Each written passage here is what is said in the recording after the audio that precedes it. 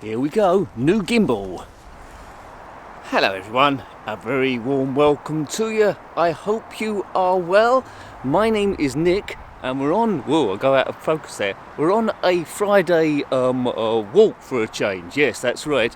Now, the reason why I'm struggling with this is, well, it's a bit windy as well. But the reason why I'm struggling with this might not be calibrated too properly. It's a gimbal. Yes, I'm using a gimbal for a change. Whoa, whoa, whoa, whoa, whoa. This is going to take some getting used to, folks.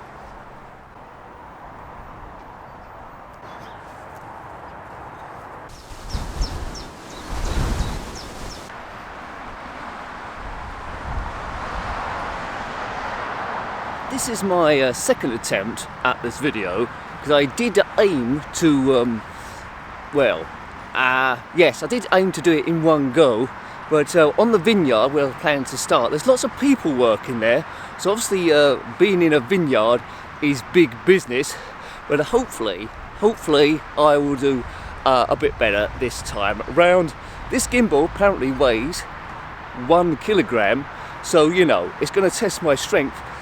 It's very, very obvious that I'm walking along with a camera now. So before it was very, very discreet, so it does take a bit of confidence with this. It's not something I'd recommend going out first time there if you're not new to filming, that's what I would say.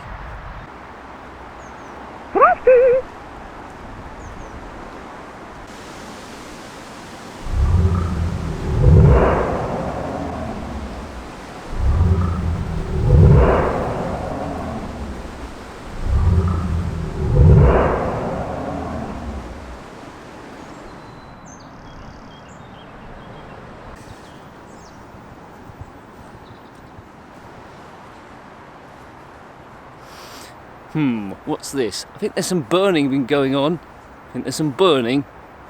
Well, you know, I don't think it's going to overtake the red bag for a point of interest, but you never know. Let's have a sit down.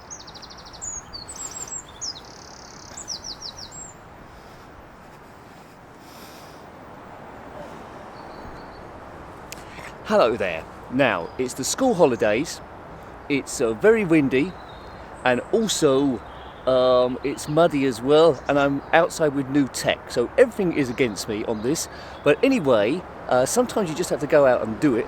I did think, should I just go out and do this from home? And then I thought, no, let's at least have a go. I think the sun's coming out in flickers anyway. So I hope you've enjoyed the videos that have gone up this week. Hope you've enjoyed those. I'll go over them again in case you want to track them down and show them some love. Typically we do 3 ZX Spectrum games and then 3 other games, normally 1 Amiga and so forth there. But if you watch this channel for a while, you'll know, as usual, it's not about expert gameplay, no siree Bob. It's all about, I'll get used to this eventually. It's all about having a bit of fun and a bit of a laugh. So as I go around, I'll try and try out some of these gimbal modes. Because it's the school holidays, there's quite a lot of people running around, and as I say, I do look blooming obvious with this big piece of equipment, but maybe I should go further afield if I get time, and which is always troublesome, and just when I'm more relaxed I can do a bit more. But we're outside anyway, so that's positive. What was I saying? ZX Spectrum games, yes. Last Saturday we covered a couple of ZX Spectrum games. The first one was Super Tank Simulator. It's a top-down game by Codemasters. They always put simulator on the end of their games. It's all a bit tongue-in-cheek, I think. But anyway, you control a tank over 6 battle zones, and you must try and defeat them all to be victorious. There's bouncing bullets, and it's an interesting game, but you know, Codemasters did a lot. I think it was a budget title as well, which isn't too bad, so you can't say too much about that. The other game was quite basic, from the early 80s, probably one of my favourite eras of gaming. It's called Quackers. You might not have heard of it. I think it's based loosely on the arcade game Carnival. Basically, it's a shooting gallery that you might find at the fairground. As soon as you miss, you've got a gun down the bottom. You keep shooting. As soon as you miss, the timer will start, and then you've got a limited time to destroy everything. Then when you are victorious, you then get a bonus level. You just got to keep shooting some sort of crazy turtle type thing. Yes, I know, it's a crazy turtle type thing which you must destroy. So that was Quackers. Now we always do once a week a homebrew game. This one, it was Skate Alice on the ZX Spectrum there. Do check them out there if you haven't already. But yeah, very difficult, this game. If you're used to Flappy Bird, if you're familiar with that game, it's like Flappy Bird with sort of like extras like difficulty on it there, and you're trying to go as quickly as you can, or so forth.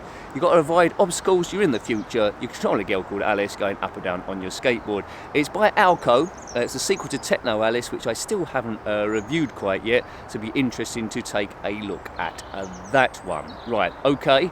On the Commodore Amiga, a game we already looked on the ZX Spectrum.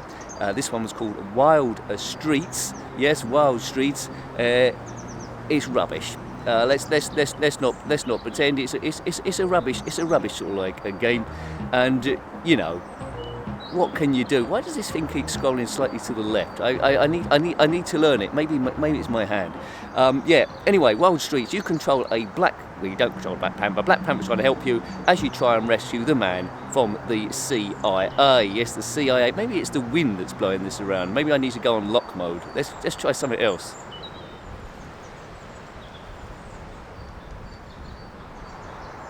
Not sure that helped or not. Anyway, the other game we looked at was on the Mega Drive, and it was called The Lion King, based on the Disney. It is slowly gliding, isn't it? Let's try something else. Mode. Pan follow. Let's try that.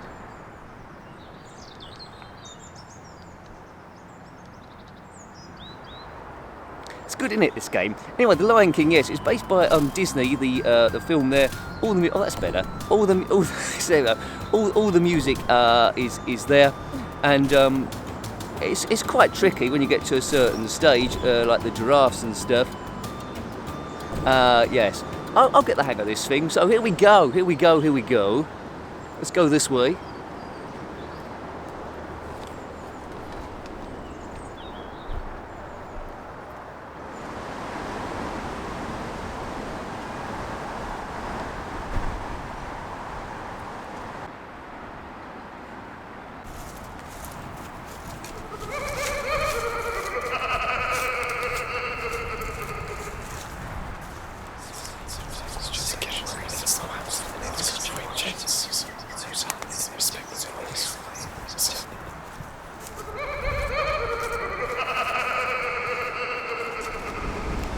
I don't know, it's very windy now, I don't know if you can hear me properly, but I don't know how other YouTube creators find it, but as a creator myself, I get a lot of hack attempts, a lot of fraud, a lot of fake reports of videos. It's loads and loads and loads.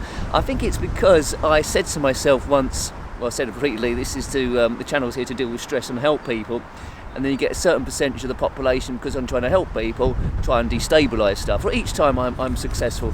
I've got quite good relations with the YouTube help thing, the content creation helpline. So I'm not on my own, which you get after a certain sort of like a level. Now, most recently, I got this email, which I get a lot, but this I get a lot of fake emails. This one seemed quite proper. It was quite well done. And it was basically, it said an old video on the PlayStation 1 called, I think it's called Pacifica Casino or something like that. It doesn't get a great deal of views, but basically it was saying that someone reported it for a privacy violation. It all looked like an official email. It was had my username on there, and there was a link to the actual video itself. It's your YouTube Trust and Safety, I think, or Help Support, something like that. And basically a privacy violation is basically when you give away someone's personal details, or in a video like this, if they was walking in the background and didn't want themselves to be particularly on the video, they could report that, and I would have to blur it or take the video down. I got a privacy violation, which is pretty unusual because it was the actual game. I think sometimes you can do it if it's your artwork as well. So yeah, so I was a bit mystified in it. I didn't want to take it down, despite it doesn't get much views because it's a part of a museum archive. So I went into the the chat there. I wasn't waiting a great deal of time. Spoke to, I presume it's a lady called Tony, spelled T-O-N-I. She asked me to send her a copy of the email, because they had, looking down the records there, my channel was clean. There was no violations there that I'd recorded. She put me on hold for a bit while she checked with another department, but she wanted me to send her the email. I did so. And it's only later on I found out there was a bit of a fake header connected to it, so it was very realistic, but I was told to disregard that. So if anything like that happens to me again, I know I can go back into there. And that's a good thing to have. YouTube will always be looking after me to a sort of like a degree. So it's good to be aware that these things are available to try and sort of like help you. Yes. Yeah, so if I have that again, see if I have any like troll activity, I can go in there. If someone's trying to disrupt the channel, I can go in there and ask them to track it down as well. I don't know quite what they do about it, but you know, it's something that's there, and I'm glad that YouTube have that. I don't know if you've got over 1,000 subscribers, you've got access to that, possibly. So I don't know if you're like a smaller channel or a large channel. Have you ever used that YouTube help thing? If so, let me know. Were they helpful? Were they not helpful? In my case, they were very helpful. A lot of bad things get said about the reporting mechanism, but in my case, it really helped. As I say, you do get quite a lot of trolls. Well, I have a load of trolls on my one, but you know, you can move forward, and together we win. It's something I can like ignore. Since YouTube got rid of the thumbs down mechanism, I don't even see the thumbs down now. Only the person that does so, and quite a lot of them get removed anyway. I sort of like, if I delve down to try and collect them, but on my main screen, I might show you a screenshot. On my main screen, I don't see the thumbs down anyway. And of course, it always has no bearing whatsoever on how the channel performs. So that's good. I think it just counts as your interaction, or a sort of like the watch time, I think.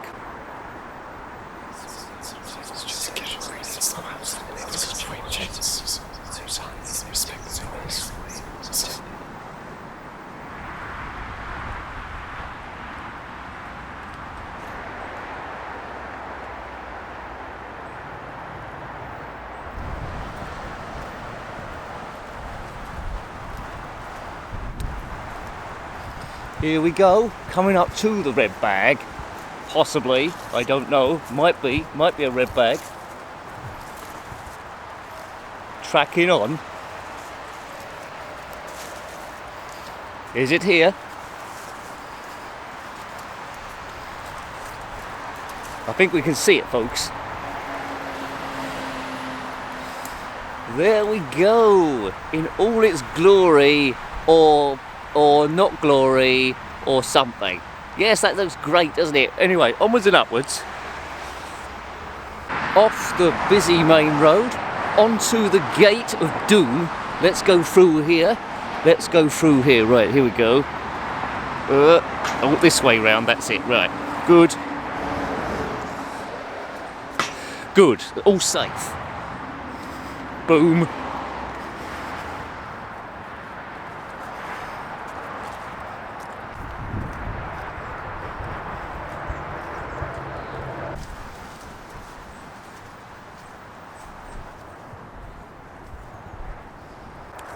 Have you ever got a driving fine for driving or doing something crazy? Well, I know David Barrett has. Who's David Barrett? Well, David Barrett lives in London. He has a right of way, but not according to the council. One day he got 51 through the post, 51 driving penalties, driving fines, totaling to the cost of £6,000. How about that then? But essentially, they had his address wrong on the system. So eventually when they corrected it, they sent him all the fines on the same day. Obviously he was a little bit surprised to be fined £6,000, but the street he'd been driving down, which apparently was a violation, didn't have right of way, he was a resident of that street and had a permit, so then had to fight, this day and age where you're fined for every single penny, then had to fight to get his, appeal these £6,000.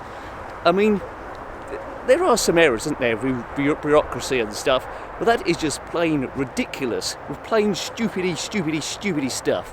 Now, have you ever had a fine or an unfair fine you've had to appeal? Did you win or did you lose? Comment below, let me know how that went, because, you know, this thing that happened, I think it was at David, I got this written in my notes here, this thing that happened to David really sort of like surprised me here. 51 fines, they obviously amounted over quite a long amount of time. I don't, touch wood, the only thing I've only ever got fined once, and that was on the train. I was quite young at the time, and I bought a train ticket, and then the ticket inspector come round, and I couldn't find my ticket, so I looked everywhere I possibly could do, and basically I couldn't find it, so I had to pay a £10 fine. And of course, then when I got to Liverpool Street at the top of the railroad, I found it straight away, didn't I? So that was plain nincompoopery on my part. But that's the only time I've got fined.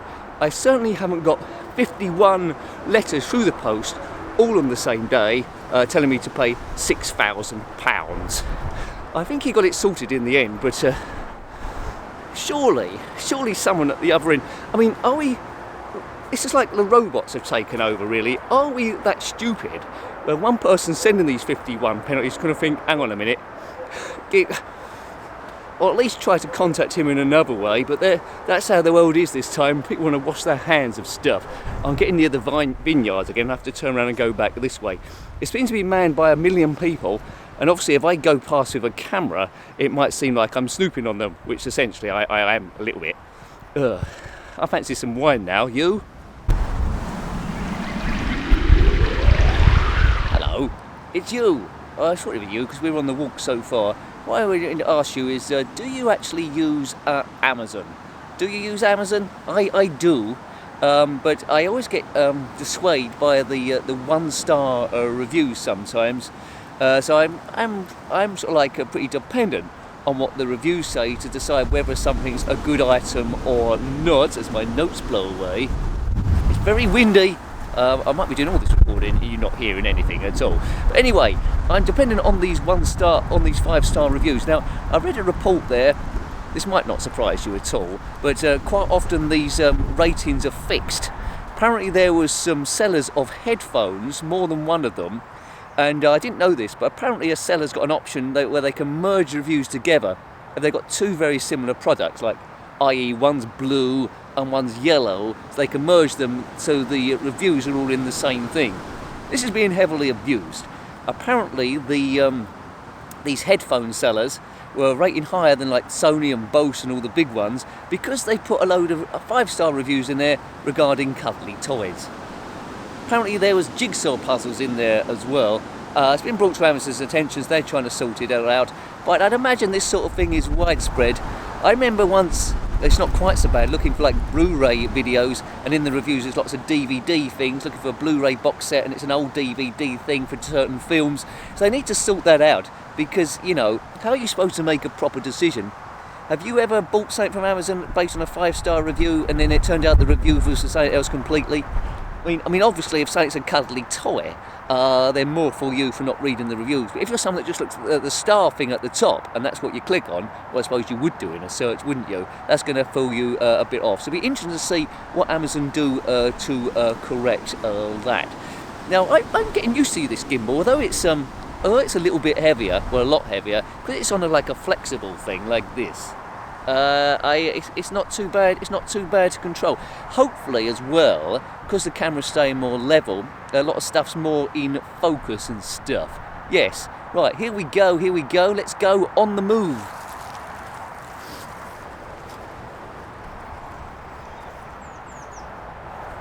Hi folks, and this time it's for the members, sort of like shout out. So thank you if you supported me in the thingamajig, the members bit. So just sit down here. So yeah, if you want to become a member, then click on the join button below the video, and I'll be very happy to shout you out if you're on the second tier and above or anything like that. So thank you very much. So yes, this is the first time I've used the gimbal thing, as we sort of like know. So hopefully it's been a little bit more stable. So yes, thank you this time round. yeah, it's much appreciated, folks. So thank you this time round to Grey Hulk 2, Avenging Lettuce, David B73, thank you everyone, Dogs with a Z, big thank you to Obed Brinkman, thank you Obed, much appreciated for your help there, Pete James, and also Jason Arnott, thank you Jason. Have a look at Jason's YouTube site there, Jason Arnott's Terrifying House of Obsession, well worth a look there. A massive thank you to GTB Films and N Barrett 2. Thank you to Ratty, thank you everyone, it is most appreciated. There's 3 tiers if you're interested there, it starts from just $1.99, but if you're on the second tier and above, of course, I'll be delighted to give you a shout out, so thank you. Thank you to Malad1 and also to Rzone1255. Big thank you to Alf Fairweather, hope all is good sir, and the cat is doing okay and not taken over the house, which tends to happen with cats. You know that they're the boss, don't you really? Thank you to Torque Marder and Nicky S. Thank you, Nicky, and I know you watched well, I've been watching the Tomb Raider videos as well recently, so thank you for showing them some love. Really, really, really appreciated there. Big thank you to Claire Johnson as well. Okay, yes. Also, What-Ho Snorkers, thank you What-Ho, I know you do a good job on the cosplay and stuff like that. Thank you to Jeffrey Searby and also to Steve Norman. Now, Steve Norman runs the retro site RETROARCADIA.BLOG, which you should have a look at if you haven't already. If you haven't for a while, do have a look at that. We've recently looked at the Gremlin Collection 1 on Evercade. That includes games like Zool, Arcade Soccer, I think Hardcore 4x4, so you might have heard of that, so have a look at those. I mean, Zool is a game I played quite a lot on the Commodore Amiga, had a sequel as well, Zool 2, but I don't think this is on this collection, so see what Steve thinks about that. Also as well, he's got a new thing started called On the Retro Radar, so looking at games coming up that you might be interested in, or games that are long gone past that you might have a bit of an indication if you want to have a look at that. And as usual, he looks at games played this week, games he's been having a look at. So that's RETROARCADIA.BLOG, show that site some love with Steve Norman. Big thank you to Lemmy Barnett, thank you Lemmy for all your help there, and also to Steve Q, thank you Steve. Now this gimbal is a little bit heavy, but hopefully it's more stable than normal. Thank you to Phil Hill, Chono Baggy and Jason Holmes. Now talking about Chono Baggy, Chono's got the site on Facebook called facebook.com/copycats.cosplay. No, not .cosplay, just cosplay. It's a site on Facebook for fellow cosplayers. They go into Star Wars, Doctor Who, and a number of other stuff. It's a good fun site there. Have a look at that. If you're on Facebook, have a look at that one. Facebook.com/copycatscosplay. Chono Baggy is there, and a load of other cool people as well. So thank you all you lot on the second tier, and also thank you to everyone on the upper tier, much appreciated there. So as usual, thank you to SJab, Martin R, thank you there. Sorry there hasn't been any live streams for the last couple of weeks, but we're getting that slowly back. Thank you to Rossi Bossy. Recently put a well, my Facebook page, my personal one, I put a link to one of the games he's working on, Super Pixel 3D Grand Prix. So rossbossy.itch.io, have a look at see what he's up to, but the game he's working on at the moment is Super 3D Pixel Grand Prix. He's done others as well, Nifty Lifty 2, that's well worth a look at, and Re-Enduro, and you can have a look at that, and Re-Exevious as well, so you can have a look at those there, and you can also download those for free, so I recommend doing that. That's rossbossy.itch.io. A big thank you as always to Colin Hode. I think I'll try and do a special effect on your name. I don't know why, but I think I will. There's been a sort of like horror aspect to this. I don't know if you've noticed. So big thank you to Colin. Big thank you to Richard Mitten. Thank you, Richard. Hope all is well in big California. To Tom. and my friend Graham Webke in Australia. So thank you all you lot. If the figures pick up, then eventually I can do this full time. It goes up and down, which is to be expected because there's a lot of competition on YouTube. There's literally loads of channels stringing up new every day, lots closing every day, but it's a constant turnover to try and stay there. But I've been doing it for quite a few years. I will continue to doing it. The average lifespan of new ones springing up seems to be about 6 months, 2 years, and they disappear again, which creates a bit of noise and makes it difficult to get noticed. But thank you. The equipment's getting better as well, which hopefully comes across. So yeah, there'll be a couple of videos on the channel on Saturday on Spectrum, and a couple on the Sunday, so keep an eye out for those. Members of course will know what they're going to be in advance. So it's all about stress busting. Hope you've enjoyed my walk, thank you. It's been a test of the gimbal, which I think has been a bit of a success. At one point there, the microphone come unscrewed because the motors went funny, so I don't know if the sound's going to work, but if you're watching this to the end, then I'm sure it did. So have a great weekend, everyone. Good to be back outside again. Catch up with you soon. Have a good weekend, and have a good week. Until next time, take great care of yourself, and a very fond goodbye. Bye, folks. Goodbye. Goodbye, E. And JENKIN.